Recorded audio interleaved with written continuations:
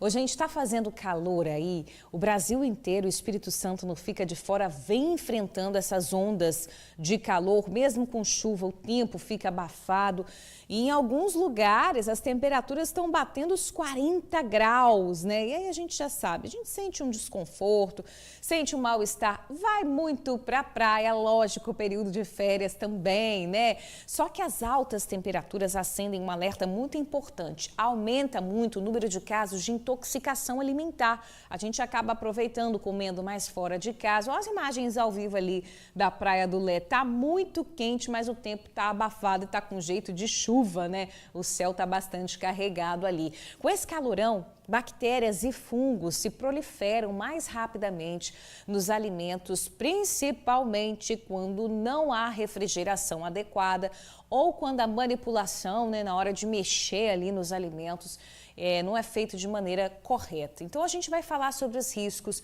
os sintomas mais comuns e principalmente como que a gente pode se prevenir, né, da intoxicação alimentar durante esse período de calor intenso. Vamos conversar com Rayane Pimentel, nutricionista. Rayane, bom dia, bem-vinda. Bom dia, muito obrigada, bom dia. Obrigada a você pela presença. Rayane, quais que são os erros mais comuns que a gente acaba cometendo dentro da nossa própria casa mesmo, na hora de armazenar os alimentos? Aquele almoço que sobrou, a gente, claro, vai aproveitar na janta. Sim. E às vezes até no outro dia, por que não? O que é que a gente acaba vacilando ali na hora de guardar esses alimentos? Acho que o pior é deixar muito tempo em temperatura ambiente. Né? Então a gente está em tempo que está muito quente e é essa combinação perfeita de umidade do alimento com a temperatura, com o tempo de exposição, faz com que essas bactérias proliferem. Então acho que o maior erro que a gente comete é deixar muito tempo sem armazenagem correta. Então, por exemplo, eu fiz ali meu arroz fresquinho, meu feijão fresquinho e eu vou deixar ali durante 2, 3 horas em cima do fogão. Então, não pode. Não pode. Entendeu? Quando o tempo está mais ameno, então assim, está mais frio, a gente considera ali até 2 horas, é um tempo razoável. Em dias muito quentes, no máximo 1 hora para menos. Então, fez a sua comida, já pode armazenar na geladeira. Agora, e esse lance, né? Eu, por exemplo, tenho muita dúvida. Fervi o feijão, todo mundo comeu, eu vou botar no pote, o feijão ainda está muito quente. Eu posso guardar na geladeira o feijão quente ou eu tenho que esperar ele resfriar um pouquinho? Não, você pode guardar quente na geladeira. O ideal é você transportar para outro recipiente, de preferência de vidro. Né? Então, vou tirar da minha panela, vou colocar ali no recipiente de vidro e de preferência com aqueles fechamento hermético, sabe? Aquele que tem vedação. E eu consigo guardar tranquilamente, mas pode guardar quente. Perfeito. O que nunca deve ficar fora da geladeira, Rayane? Tá. Proteínas. Então, assim, carne, frango. Ah, eu temperei um frango, eu fiz um frango e deixei ele ali. Então, frango, proteínas no geral. Frutas, dependendo do tipo de fruta. Então, aquelas frutas mais sensíveis, né? Melancia, que já está cortada, frutas já manipuladas. Produtos que você fez manipulação, principalmente. Também é importante você guardar dentro da geladeira. Perfeito. Agora, quando a gente fala dessa questão do alimento contaminado, isso às vezes é um perigo, porque nem sempre vai ter cheiro, vai ter aparência. E aí? E aí, é você confiar naquele local que você está comendo. Exato. Então, por exemplo, eu vou fazer o alimento em casa. Eu higienizar muito bem as minhas mãos, higienizar o ambiente, né, que eu vou manipular o alimento, o utensílio que eu vou manipular. Vou comer na rua, eu tenho que olhar para como é que está esse ambiente, sabe? Ah, eu vou num restaurante, o alimento está num ambiente climatizado, então eu vou consumir a salada. A rampa onde está essa salada está num ambiente climatizado, né? Então isso já facilita. Eu vou comer de uma pessoa que está na rua. Onde que está sendo armazenado esse alimento? Ah, é num isopor bonitinho e limpo, né? Então isso vai facilitar para que eu não tenha uma intoxicação alimentar. Agora, quem gosta de fazer a farofada na praia, que é uma delícia, as pessoas normalmente levam, né, os alimentos ali enroladinhos num cooler ou numa caixa de isopor. tem que estar atento a isso, né? Porque você vai estar ali na praia, já é um calorão, você vai ter no máximo uma sombrinha ali para proteger. Exatamente. E acaba que fica muitas horas esse alimento ali. Exatamente. Então, o ideal é colocar pelo menos numa bolsa térmica, colocar gelo ali para preservar melhor esse alimento. Então, se eu consigo manter o meu ambiente ali climatizado, eu diminuo a proliferação dessas bactérias. Porque existe uma zona de temperatura onde essas bactérias proliferam de uma forma mais rápida. Então, a gente chama de zona de perigo, que vai entre 10 graus a 60 graus. Uau. A cada 10 graus que essa temperatura aumenta, a quantidade de bactérias dobra. Meu Deus. A proliferação. Então, por isso que quanto mais refrigerado for o meu ambiente, melhor.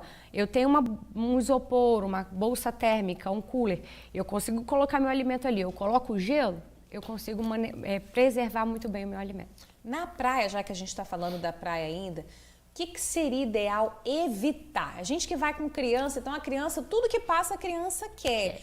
Mas é perigoso, porque às vezes você vai num horário que aquele alimento, né? Eu vou dar um exemplo aqui do milho, mas não é só o milho, né? Sim. A gente sabe que tem um monte de coisa. Às vezes aquela água, ela já tá ali desde muito cedo ou desde o dia anterior, a gente não sabe. Enfim, o que é bom a gente evitar? Ó, se puder, não come na praia. Alimentos crus, né? Então, ostra, de jeito nenhum. Nossa, isso é um perigo. É muito perigoso. A não ser que você perceba que ela está extremamente bem armazenada, né? Tá tudo bonitinho ali. Então, eu evitaria alimentos crus.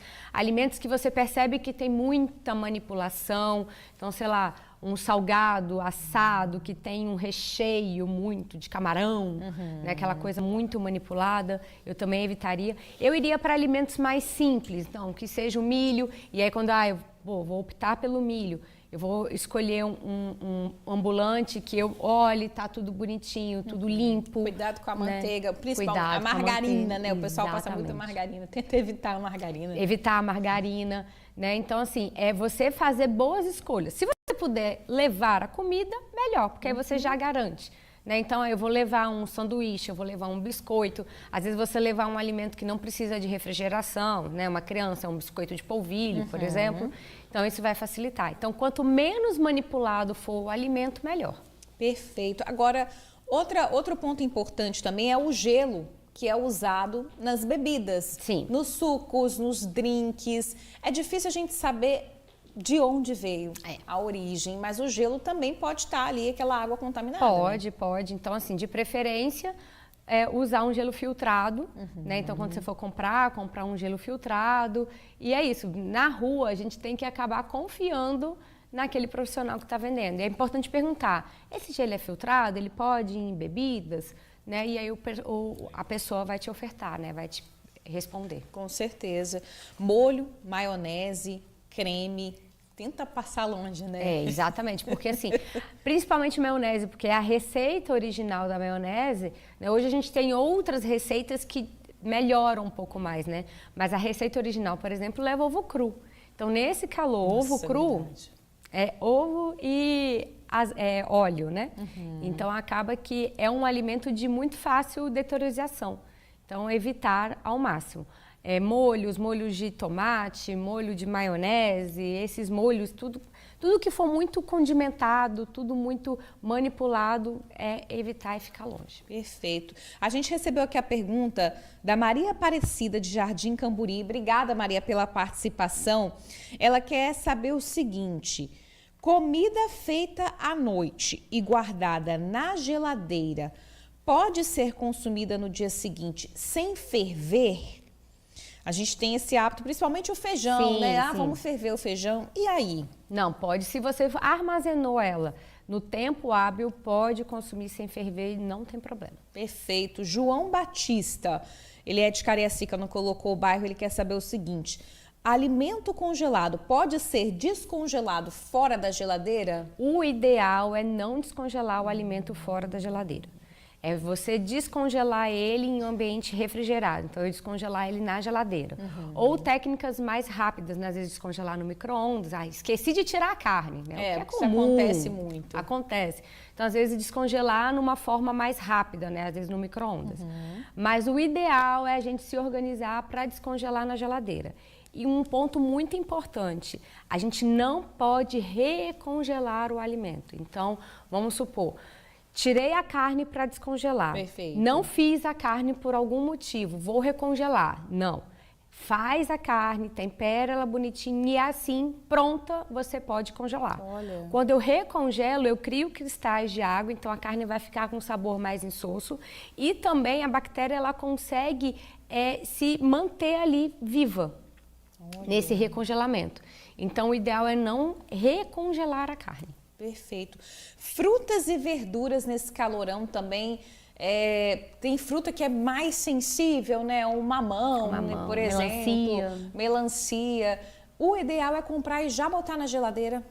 Você pode manipular, cortar e já guarda na geladeira, porque a geladeira vai ter esse processo de deixar a fruta, né, melhor por mais tempo. E aí, interessante a gente fazer esse processo com ela já cortadinha, né? Higienizar a fruta, legal, né? Dependendo da fruta, aí eu vou guardar um morango. Então, eu vou higienizar ele, secar ele bem, porque é a umidade que faz com que essa bactéria prolifere. Vou secar ele bem e, de preferência, guardar no pote vedado. Então, se eu consigo vedar esse pote para eu não ter entrada de oxigênio ali dentro, eu consigo manter o alimento por mais tempo. Não só as frutas, isso serve, por exemplo, para tempero. Aí eu vou guardar um tempero verde.